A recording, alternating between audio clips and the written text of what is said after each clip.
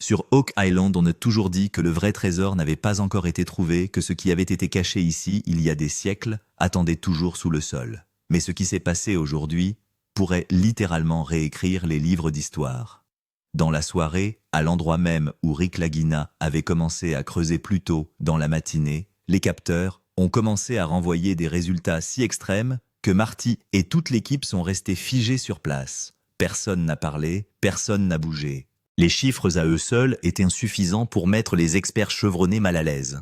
Une densité métallique de 7,86 à une profondeur d'à peine 14 pieds, associée à un écho métallique froid et creux qui se propageait dans le sol. Rien de tout cela ne correspondait à quelque chose de naturel. Il ne s'agissait pas de ferraille aléatoire, ni de vieux débris, et certainement pas de roches ordinaires. Et puis, lorsque le seau est sorti de la fosse et a faiblement brillé à sa base, tout le site s'est immobilisé. Ce qui apparaît devant l'équipage semble tout droit sorti d'une légende cinématographique. Des pièces d'or indubitablement pures scintillent sous des couches de terre.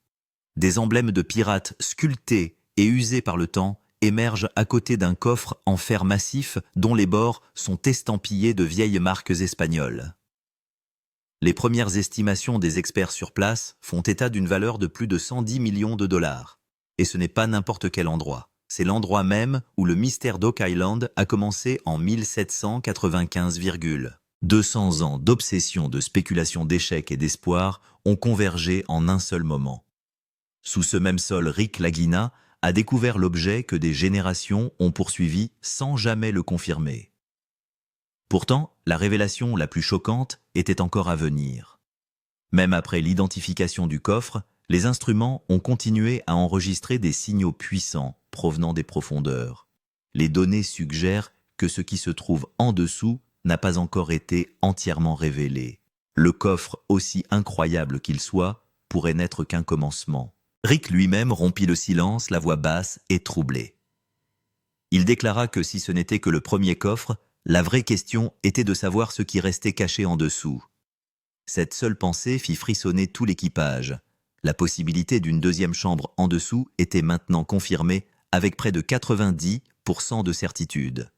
La peur et l'excitation se mêlaient, car si c'était vrai, Oak Island était loin d'avoir fini de raconter son histoire. La matinée avait commencé comme toutes les autres sur l'île.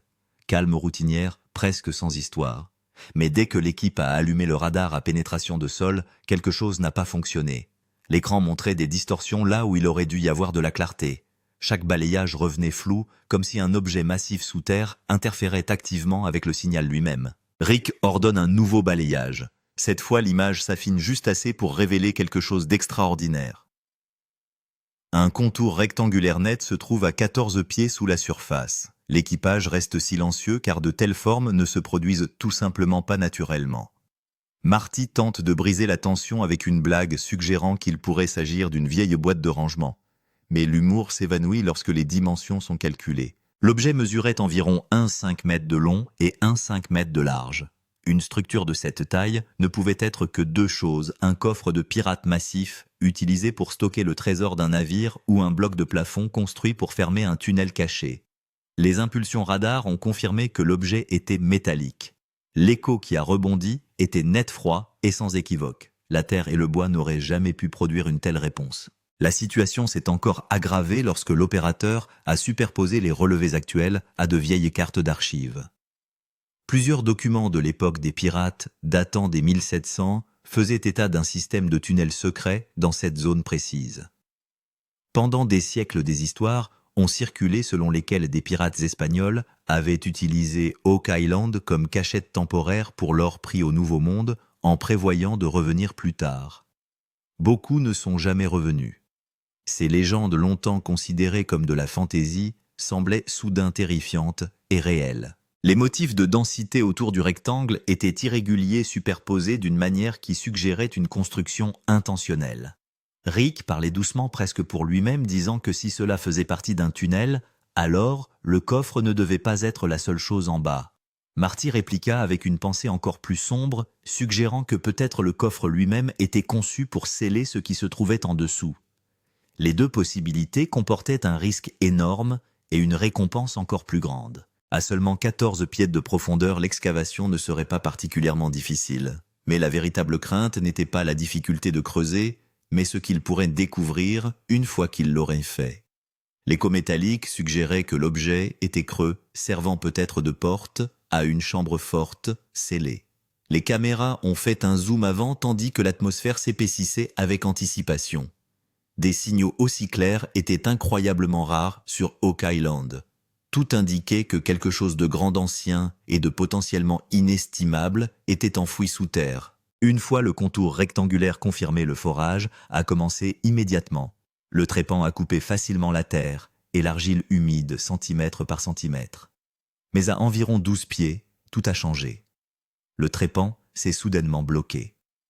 L'opérateur a appliqué plus de force à inverser les commandes, mais le trépan a refusé de bouger. C'est alors que cela s'est produit. Un claquement métallique aigu sans équivoque a retenti en dessous. Le son se répercuta dans la fosse si solide et si peu naturelle que les ouvriers à proximité reculèrent instinctivement. Rick ordonna immédiatement l'arrêt de la machine. Sur Oak Island, de tels sons n'avaient jamais signifié qu'une chose, un coffre, une chambre forte ou une structure métallique scellée.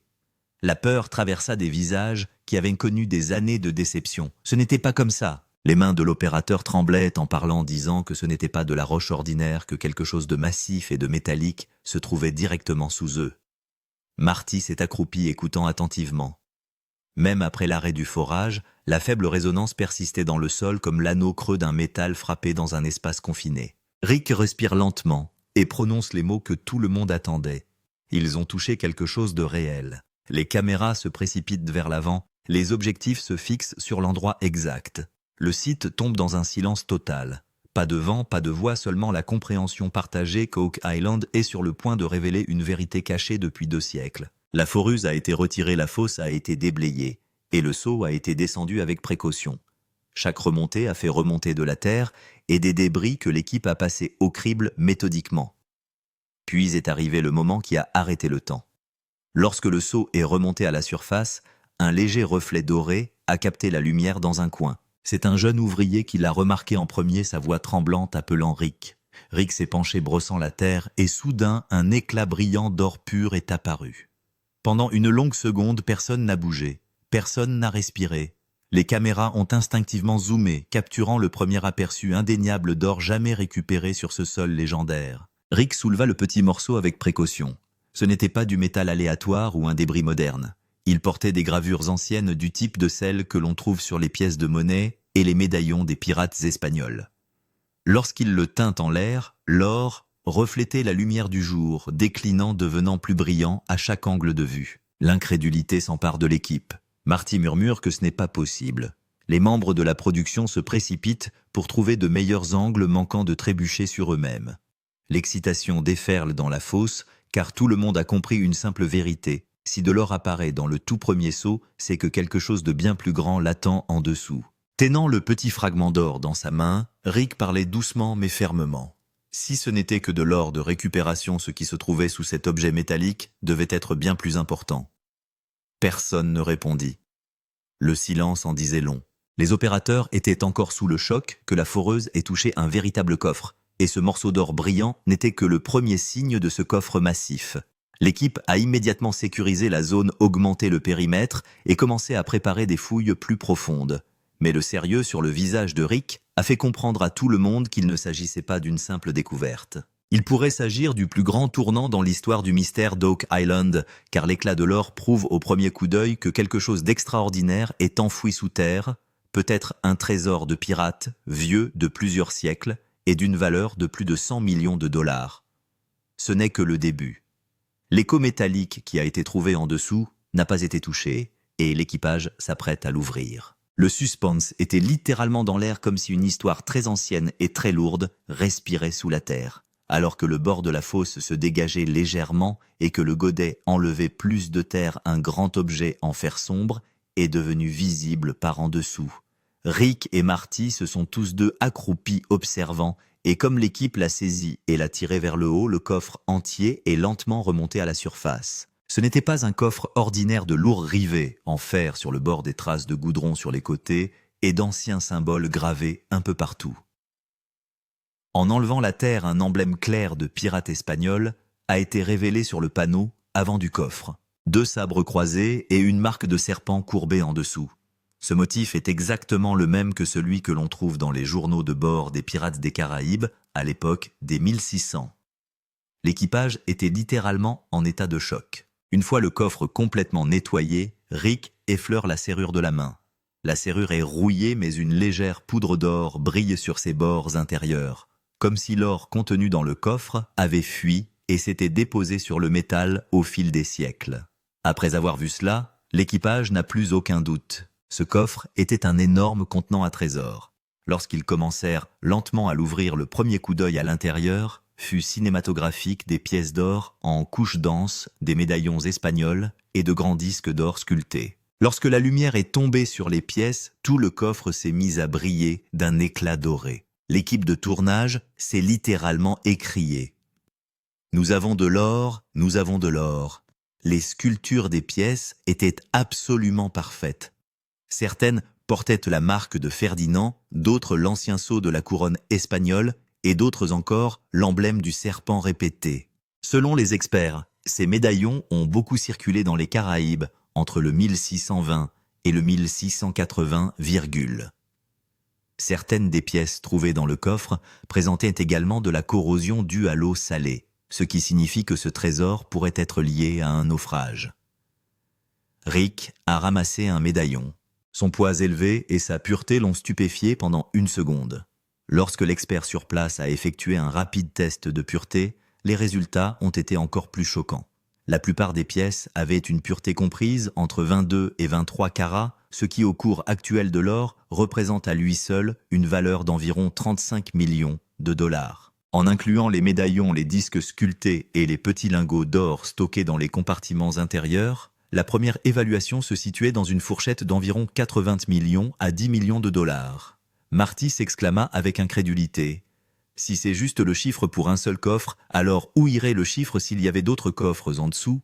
L'équipage était littéralement sans voix, car une évaluation aussi claire et directe était la première fois qu'un site aussi mystérieux qu'Oak Island avait été trouvé.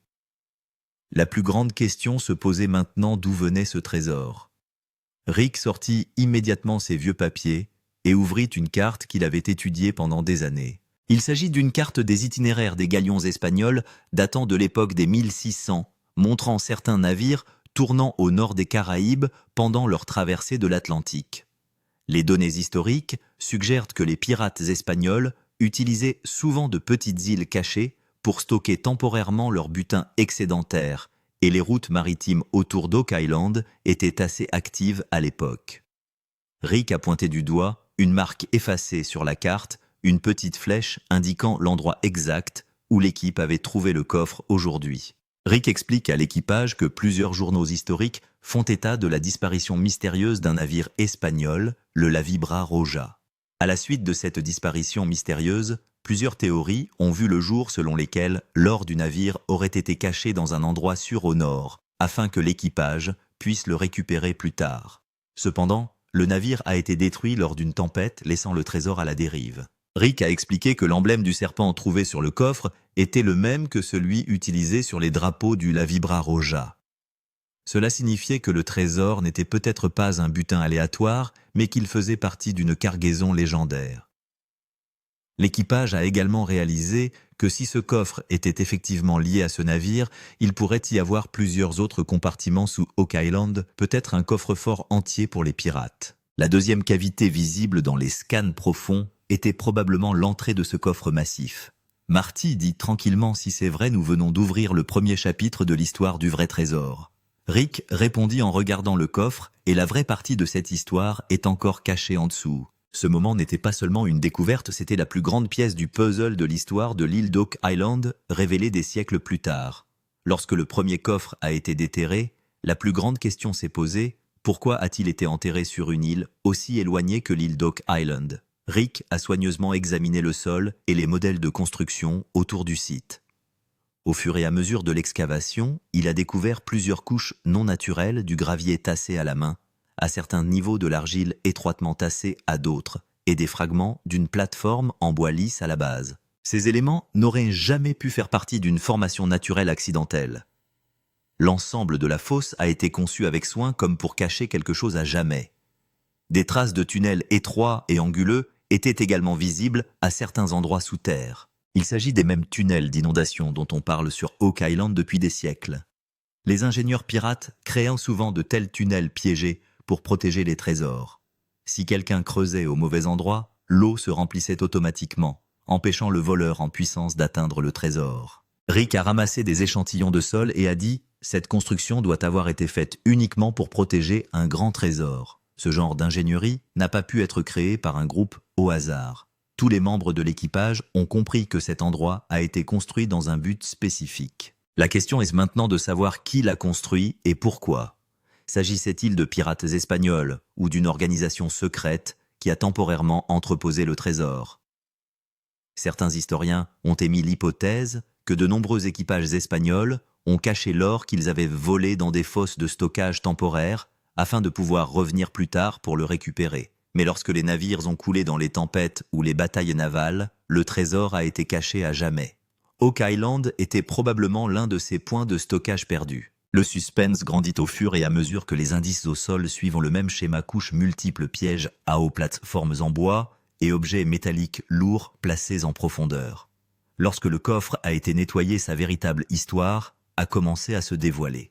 Plusieurs gravures cachées ont été découvertes sur le corps extérieur du coffre, des symboles effacés, des chiffres et des courbes étranges dont la signification n'a pas été immédiatement comprise.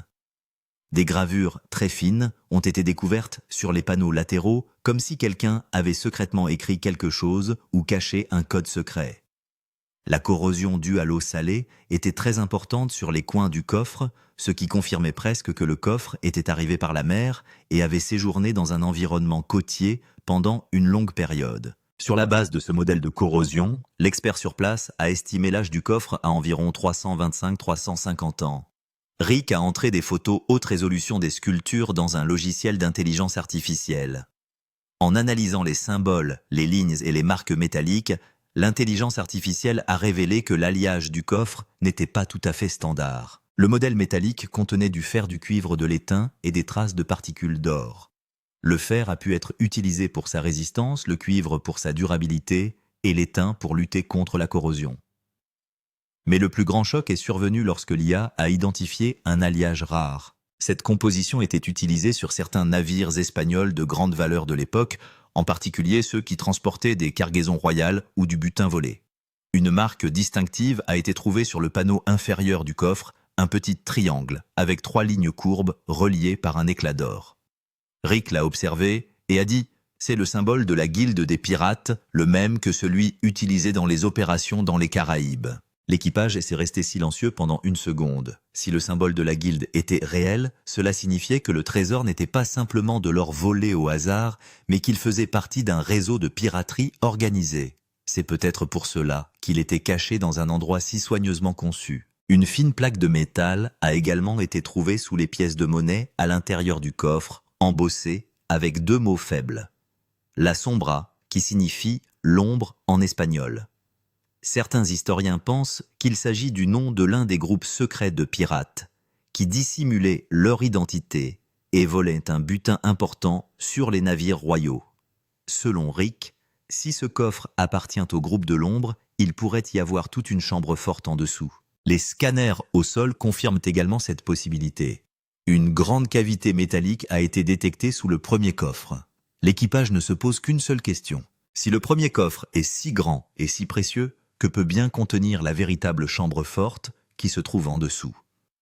Cette partie de l'île d'Oak Island était clairement devenue une fosse de stockage pirate cachée dont l'ingénierie avait protégé le secret pendant des siècles. Lorsque la première évaluation a commencé à dépasser les 100 Malamar Motors, une tension d'un autre genre s'est répandue sur le site. Beaucoup de gens ne le savent pas, mais il existe une loi en Amérique du Nord. C'est une découverte métallique de grande valeur. Sans même vérifier est faite sur un site, des alertes automatiques sont déclenchées par les systèmes de surveillance gouvernementaux. Ces alertes ont pour but de prévenir les activités suspectes, la contrebande d'artefacts ou l'exploitation minière illégale. Rick et Marty connaissaient cette règle, mais ils n'avaient jamais imaginé que ce seuil serait franchi sur un site de fouille aussi éloigné qu'Oak Island. Dès que les experts ont confirmé le chiffre de 110, le téléphone de Rick a reçu un ping crypté inconnu, ce qui a encore fait monter la tension. Environ 1 heure plus tard, 3 SUV noirs banalisés se sont soudain arrêtés sur l'ancienne piste de stationnement d'Oak Island. Ils n'avaient ni plaque d'immatriculation, ni logo, juste une finition noire mat et des vitres teintées foncées. Alors que l'équipe regardait les SUV s'approcher lentement du site sous les lumières, l'atmosphère est devenue instantanément inconfortable. L'équipe de tournage a instinctivement roulé ses objectifs, mais les personnes sortant des SUV ont fait des gestes pour arrêter l'enregistrement. Personne n'a parlé à haute voix, mais leur langage corporel a suffi. Ces personnes étaient en position d'autorité, mais personne ne savait de quel service il s'agissait. Rick est resté assez calme, mais Marty était visiblement nerveux. Marty a dit doucement « Rick, je n'aime pas ça. Nous pourrions perdre le contrôle. » Les SUV banalisés sont généralement la marque des équipes d'enquêteurs fédéraux. Et s'ils étaient impliqués dans ce niveau de découverte, les droits du projet, les autorisations de fouille et l'avenir de l'émission pourraient tous être menacés. 2 individus ressemblant à des agents se sont approchés de Rick, ont exigé des documents et ont commencé à poser des questions indirectes sur les détails classifiés du trésor. Le reste de l'équipage s'est tenu à l'écart. Personne n'a osé parler. Cette situation a créé un conflit majeur au sein de l'équipage. Rick a toujours pensé que la vérité sur Oak Island devait être révélée au monde, chaque détail, chaque artefact, chaque mystère. Pour lui, il ne s'agissait pas seulement d'or, mais d'une histoire enfouie liée à l'histoire. Mais Marty était pragmatique. Il comprenait les risques financiers, les complications juridiques et la pression du réseau. Marty a dit à Rick « Si ces gens tentent une prise de contrôle officielle, nous ne pourrons rien faire. Nous devrions reculer un peu. » Les producteurs sont dans une situation encore plus difficile. Le déroulement de l'émission est directement affecté.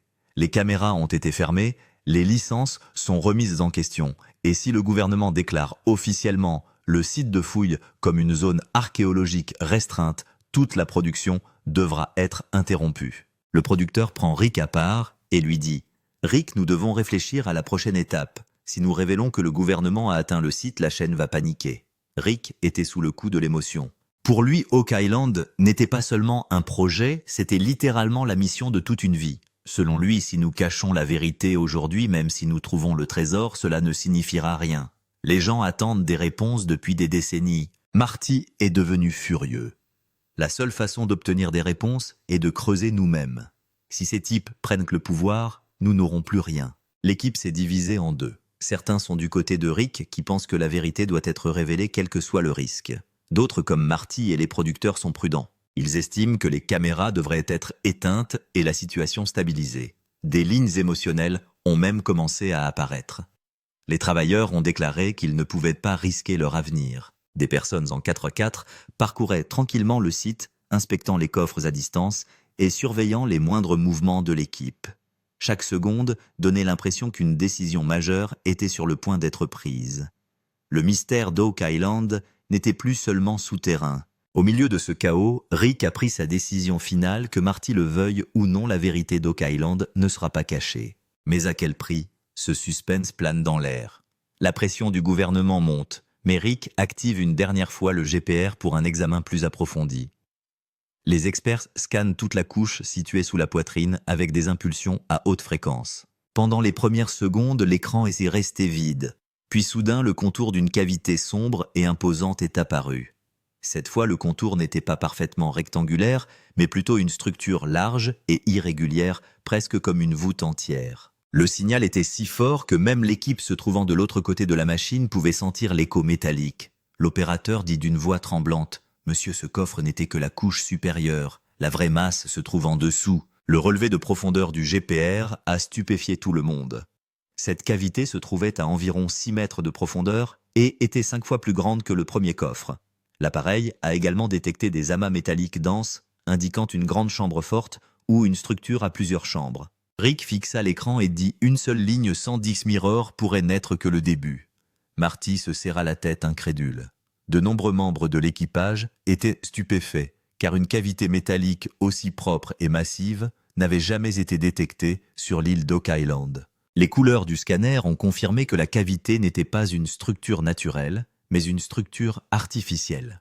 La densité de ses parois était complètement différente de celle du sol environnant, ce qui signifie qu'elle a été délibérément construite, et ce, en utilisant d'anciennes techniques d'ingénierie. 3 grappes métalliques ont été trouvées dans une séquence alignée, rappelant une structure de voûte à plusieurs serrures. Le cœur de Rick battait littéralement la chamade, car si une telle chambre forte était vieille de plusieurs siècles, elle pouvait contenir des lingots d'or, des artefacts royaux, ou peut-être le trésor patrimonial entier d'une guilde de pirates. Des SUV du gouvernement circulaient, et Rick a soudain pris une décision audacieuse. Il ne mènerait pas officiellement de fouilles plus approfondies pendant la journée. Si les caméras étaient allumées, le gouvernement aurait tout filmé, ce qui aurait entraîné l'arrêt immédiat des fouilles. Un plan a donc été élaboré des fouilles secrètes hors caméra pendant la nuit.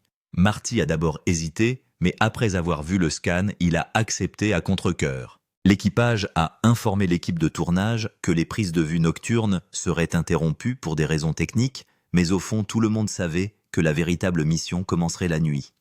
À la tombée de la nuit, une atmosphère sinistre s'est installée sur Oak Island. Le brouillard a commencé à s'installer, l'air s'est refroidi, et les lumières des machines ont été mises en mode veilleuse pour éviter que quiconque de loin ne remarque une activité inhabituelle. L'équipe commence lentement à creuser. Pas de machines bruyantes, juste des creusements silencieux des outils manuels et des cordes souples.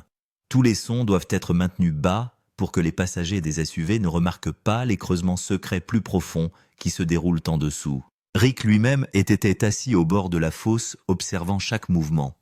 4 membres de l'équipe étaient descendus et seule une communication à voix basse était autorisée.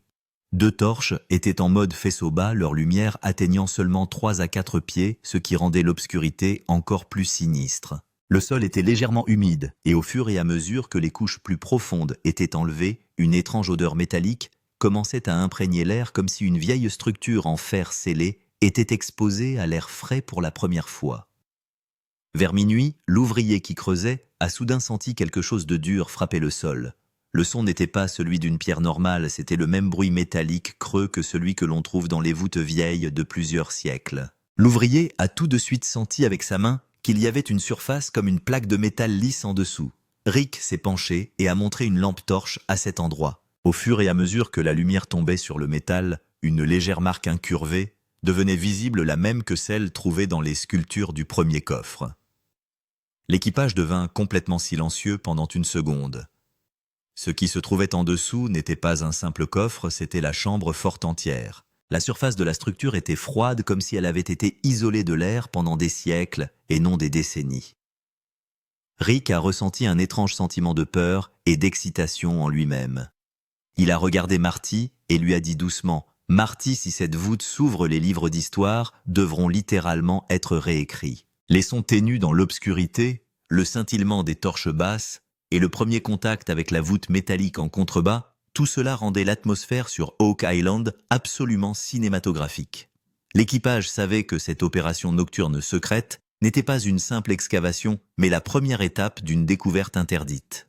La même question persistait dans l'esprit de tout le monde. S'agissait-il du véritable coffre-fort de pirates dont les légendes parlaient depuis des siècles ? Et si c'était le cas, quel trésor pouvait bien s'y cacher ? Après avoir creusé pendant la nuit, le sol sembla soudain un peu creux. L'équipe enleva soigneusement la terre et révéla bientôt un revêtement de pierre parfaitement formé, si lisse et uniforme, qu'il ne pouvait pas faire partie d'une grotte naturelle. Au fur et à mesure que la terre était enlevée, les murs de pierre semblaient former un arc complet et une poutre de bois compacte était soigneusement ajustée au milieu. La poutre était recouverte d'une épaisse couche de goudron, noircie, la même technique de goudron que les pirates des 1600 utilisaient pour l'imperméabilisation.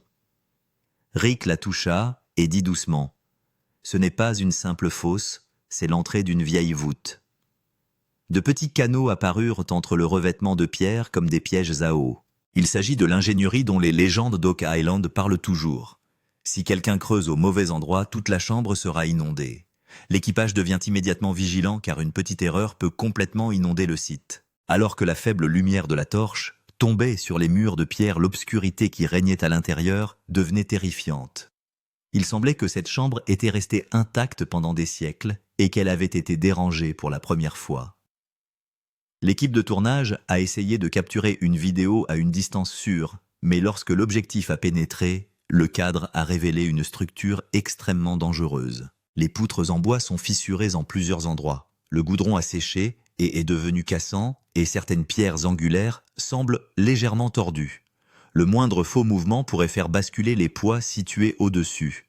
Un ouvrier appelle d'en bas: monsieur, c'est très instable. Même une légère secousse pourrait le faire s'effondrer. Rick et Marty savaient qu'ils n'auraient plus jamais cette occasion, mais le risque était mortel. En regardant plus profondément dans le revêtement de pierre, l'équipage a découvert une petite cavité rectangulaire au centre semblable à la chambre supérieure des coffres de stockage. La surface de la cavité était métallique et portait le même dessin incurvé et décoloré que celui trouvé sur le premier coffre. La signification était claire. Cette chambre forte appartenait au même groupe de pirates qui avait construit le premier coffre. Rick prit une profonde inspiration et dit « Nous venons de trouver leur chambre principale ». L'équipage était complètement silencieux. La tension était maintenant à son comble, car un deuxième coffre gisait dans la cavité semblant plus grand et plus lourd que le premier.